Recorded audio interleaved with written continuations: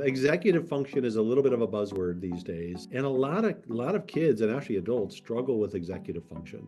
So what actually is executive function? It's not really one thing, and that's why so many struggle with it. It's kind of a complex issue, but it really comes down to someone's ability to kind of manage themselves, to be motivated, to be able to plan and prioritize. And it's kind of your ability to handle life, whether that's academic or in a vocation or things like that.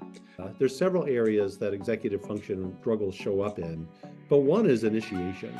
Your ability to initiate and start on something. Or the other way to say that is to not procrastinate. So why do we not initiate? There can be several reasons for that.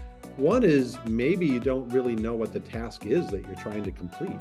And so you don't really know where to get started. One is that maybe you don't have the tools to complete the task. And the last could be the task just feels so overwhelming that you don't know where to start. So that's why often, and I think we've all been guilty of this, we have something we know needs to get done, but instead we mow the lawn or we fold the laundry or things like that maybe aren't super fun, but it's just something we feel we can tackle. And the reason for that is those tasks have a very visible measure of completion. When I mow the lawn, I can look at it. I've done it so many times and like, hey, that feels good.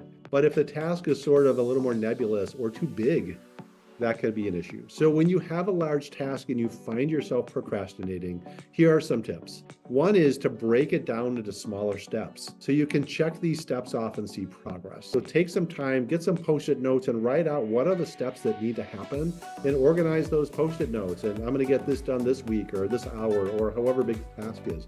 So you can see visible progress and work through it. And it doesn't feel so big when you break it down. If you don't know the task, take time to define it.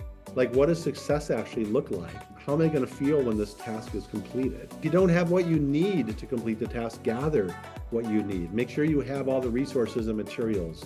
But the typical issue with procrastination is not being able to see visible progress. And so you've got to be able to break the task down so that you can then chunk it and make sure that you're making progress hour by hour or day by day, however big that task is.